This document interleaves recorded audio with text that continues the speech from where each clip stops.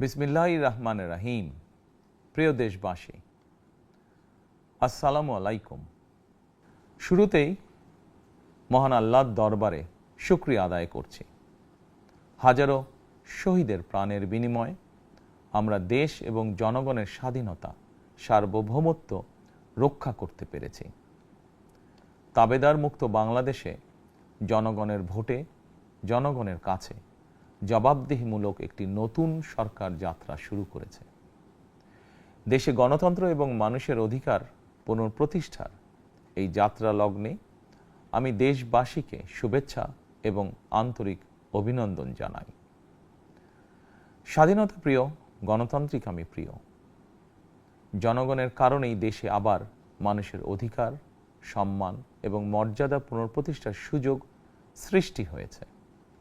আমি দেশবাসীর উদ্দেশ্যে একটি বার্তা দিয়ে বলতে চাই, মুসলমান, হিন্দু, বৌদ্ধ, খ্রিস্টান তথা দল, মত, ধর্ম, বর্ণ নির্বিশেষে পাহাড়ে কিংবা সমতলে বসবাসকারী এই দেশ আমাদের সবার।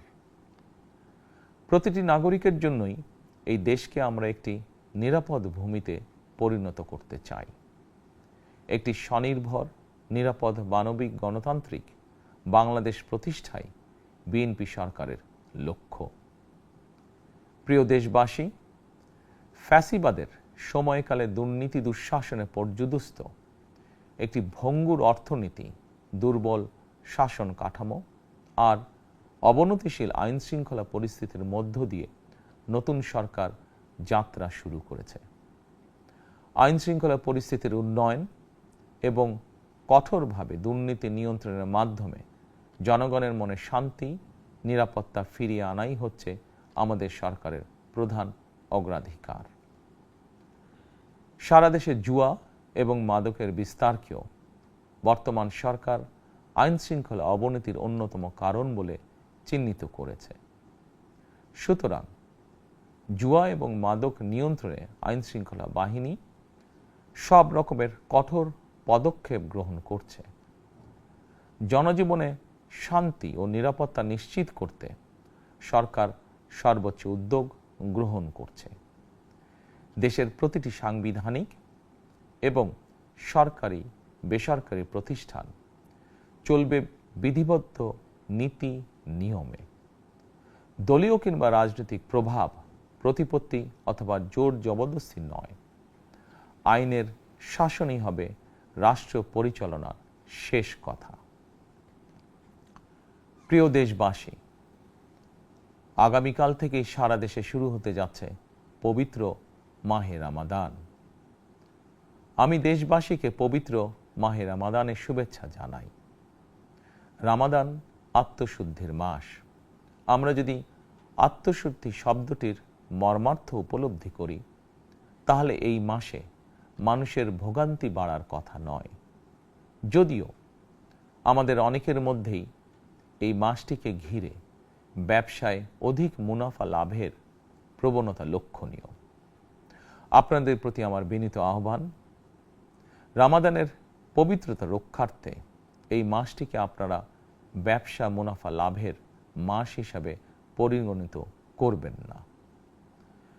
দ্রব্যমূল্য যাতে সাধারণ মানুষের নাগালের বাইরে না যায়, এ ব্যাপারে ব্যবসায়ীরা দয়া করে সতর্ক থাকবেন। হাজারো প্রাণের বিনিময়ে একটি মাফিয়া সিন্ডিকেটের পতন ঘটিয়ে রাষ্ট্র এবং সরকারের জনগণের অধিকার প্রতিষ্ঠার অঙ্গীকার নিয়েই আমরা রাষ্ট্র পরিচালনার দায়িত্ব গ্রহণ করেছি। বিএনপি সরকার সকল ক্ষেত্রেই অনাচার অনিয়মের সকল সিন্ডিকেট ভেঙে দিতে বদ্ধপরিকর ইনশাআল্লাহ। ক্ষুদ্র, মাঝারি কিংবা ছোট বড় সকল ব্যবসায়ীদের প্রতি বর্তমান সরকারের দৃষ্টিভঙ্গি সহজ এবং স্পষ্ট। বর্তমান সরকার ব্যবসায়ী এবং ক্রেতা সাধারণ উভয় স্বার্থ রক্ষা করেই প্রয়োজনীয় পদক্ষেপ গ্রহণ করতে চায়। সুতরাং সরকারের পক্ষ থেকে কী ধরনের উদ্যোগ গ্রহণ করলে বাজার পরিস্থিতি নিয়ন্ত্রণে থাকবে কিংবা ক্রেতা বিক্রেতা উভয়েরই স্বার্থ রক্ষা হবে, এ ব্যাপারে আপনাদের যে কোনো ধরনের পরামর্শ কিংবা অভিযোগ শুনতে সরকার প্রস্তুত। ক্রেতা বিক্রেতা গ্রহীতা, এই সরকার সকলেরই সরকার। এই সরকার আপনাদেরই সরকার। আপনারাই ভোটের মাধ্যমে এই সরকারকে রাষ্ট্র পরিচালনার দায়িত্ব দিয়েছেন। আপনারাই এই সরকারের শক্তি। প্রিয় দেশবাসী, পবিত্র রামাদান মাসে রোজাদারগণ বিশেষ করে ইফতার, তারাবি, সেহরি এই সময়গুলোতে নিরবিচ্ছিন্নভাবে গ্যাস, পানি ও বিদ্যুৎ সরবরাহ পেতে চান। এই বিষয়টি নিশ্চিত করতে এরই মধ্যে আমি সংশ্লিষ্ট কর্তৃপক্ষকে নির্দেশনা দিয়েছি। অপচয় রোধ করে কৃচ্ছ্রতা সাধন প্রতিটি মুসলমানের ঈমানি দায়িত্ব। অফিস আদালতে বিনা প্রয়োজনে কিংবা প্রয়োজনের অতিরিক্ত গ্যাস, বিদ্যুৎ, পানি খরচের ব্যাপারে সচেতনতা অবলম্বন করাও ইবাদতেরই অংশ বলেই আমি মনে করি। দেশের সকল সরকারি বেসরকারি কর্মকর্তা কর্মচারী এবং জনসাধারণের প্রতি কৃচ্ছ্রতা সাধনের আহ্বান জানানোর আগে আমি সরকারের মন্ত্রী এবং বিএনপি সংসদ সদস্যদেরকে দিয়েই একটি দৃষ্টান্ত স্থাপন করতে চেয়েছি। বিএনপির সংসদীয় দলের প্রথম সভাতেই আমরা সিদ্ধান্ত নিয়েছি, বিএনপি থেকে নির্বাচিত কোনো সংসদ সদস্য সরকারি সুবিধা নিয়ে ট্যাক্স ফ্রি গাড়ি আমদানি করবেন না এবং প্লট সুবিধাও নেবেন না। আমি আপনাদের সামনে বলেছিলাম, রাষ্ট্র পরিচালনার সুযোগ পেলে বিএনপি সরকার মহানবীর ন্যায়পরায়ণতার আদর্শ অনুসরণ করবে। আমি মনে করি বিএনপির সংসদীয় দলের এই সিদ্ধান্ত ন্যায়পরায়ণতার আদর্শেরই একটি অন্যতম প্রতিফলন। প্রিয় দেশবাসী, বিভাগীয় শহরগুলিতে বিশেষ করে রাজধানী ঢাকায় যানজট অত্যন্ত নিয়ন্ত্রণহীন।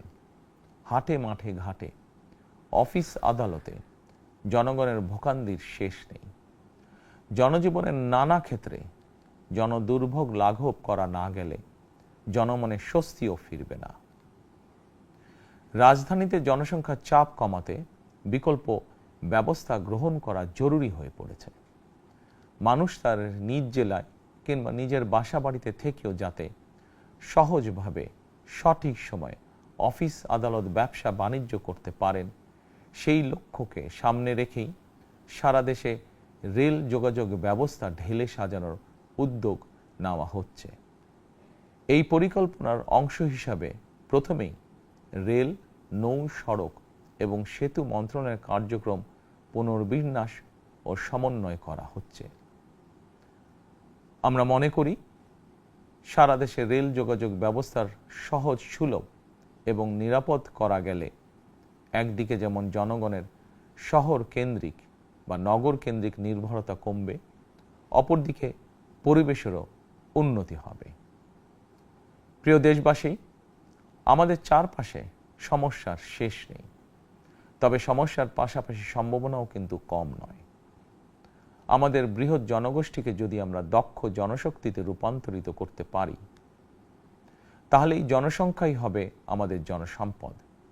আমরা নিজেদেরকে দক্ষ করে গড়ে তুলতে পারলে শুধু বাংলাদেশই নয়, বিশ্ব বাজারও আমাদের জন্য উন্মুক্ত। তথ্য প্রযুক্তির সিঁড়ি বেয়ে বিশ্ব এখন কৃত্রিম বুদ্ধিমত্তার যুগে প্রবেশ করেছে। প্রযুক্তির এই প্রতিযোগিতামূলক বিশ্বে সম্মান এবং স্বচ্ছতার সঙ্গে টিকে থাকতে হলে আমাদেরকে কোনো না কোনো একটি বিষয় বা কাজে পারদর্শী হতে হবে। দেশের কোটি কোটি শিক্ষার্থী এবং তরুণ যুবশক্তির উদ্দেশ্যে বলতে চাই, মেধায়, জ্ঞানে, বিজ্ঞানে নিজেদেরকে যোগ্য করে গড়ে তোলার জন্য যত রকমের সহযোগিতা দেওয়া যায় সব রকমের সহযোগিতা দিতে বর্তমান সরকার প্রস্তুত। কর্মসংস্থান এবং কর্মপরিবেশ নিশ্চিত করার সুনির্দিষ্ট অঙ্গীকার নিয়ে বর্তমান সরকার যাত্রা শুরু করেছে। প্রিয় দেশবাসী, দীর্ঘ 18 বছর পর দেশে ফিরে গত বছর 25শে ডিসেম্বর আমি বলেছিলাম, দেশ এবং জনগণের জন্য আই হ্যাভ এ প্ল্যান। 12ই ফেব্রুয়ারি জাতীয় নির্বাচনের আগে দেশের বিভিন্ন স্থানে ঘুরে আমার প্ল্যান পরিকল্পনার অনেক কিছু আমি আপনাদের সামনে তুলে ধরেছিলাম। আপনারা স্বাধীনতার ঘোষকের প্রতিষ্ঠিত দল বিএনপিকে ভোট দিয়ে রাষ্ট্র পরিচালনার দায়িত্ব দিয়েছেন, সকল পরিকল্পনা বাস্তবায়নের সুযোগ দিয়েছেন। এখন এই সুযোগকে কাজে লাগিয়ে সকল অঙ্গীকার পূরণ করার দায়িত্ব বিএনপি সরকারের। আমরা আমাদের পরিকল্পনা এবং প্রতিশ্রুতি বাস্তবায়নের কাজ শুরু করে দিয়েছি ইনশাআল্লাহ। অঙ্গীকার পূরণের এই যাত্রাপথে আমরা ভবিষ্যতের দিনগুলোতেও আপনাদের অব্যাহত সমর্থন প্রত্যাশা করি। প্রিয় দেশবাসী, সরকার প্রধান হিসাবে আমি দেশবাসীর উদ্দেশ্যে একটি বিষয়ে প্রতি দৃষ্টি আকর্ষণ করে বলতে চাই। নবগঠিত সরকার গঠনের সুযোগ দিতে যারা বিএনপিকে ভোট দিয়েছেন কিংবা দেননি অথবা কাউকেই ভোট দেননি, এই সরকারের প্রতি আপনাদের সবার সমান অধিকার। বিএনপি সরকার বিশ্বাস করে দল মত ধর্ম দর্শন যার যার, রাষ্ট্র সবার। এই দেশে এই রাষ্ট্রে একজন বাংলাদেশী হিসাবে আপনার আমার আমাদের প্রতিটি বাংলাদেশী নাগরিকের অধিকার সমান। প্রিয় দেশবাসী, আল্লাহ আমাদের সবাইকে নিরাপদ এবং সুস্থ রাখুন। আল্লাহ আমাদের সকলকে ইতিবাচক পরিকল্পনাগুলো বাস্তবায়নের তৌফিক দিন। পবিত্র রমাদান মাস শুরুর শুভ লগ্নে আল্লাহর দরবারে এই নিবেদন রেখে আমার বক্তব্য শেষ করছি। আল্লাহ হাফেজ। বাংলাদেশ জিন্দাবাদ।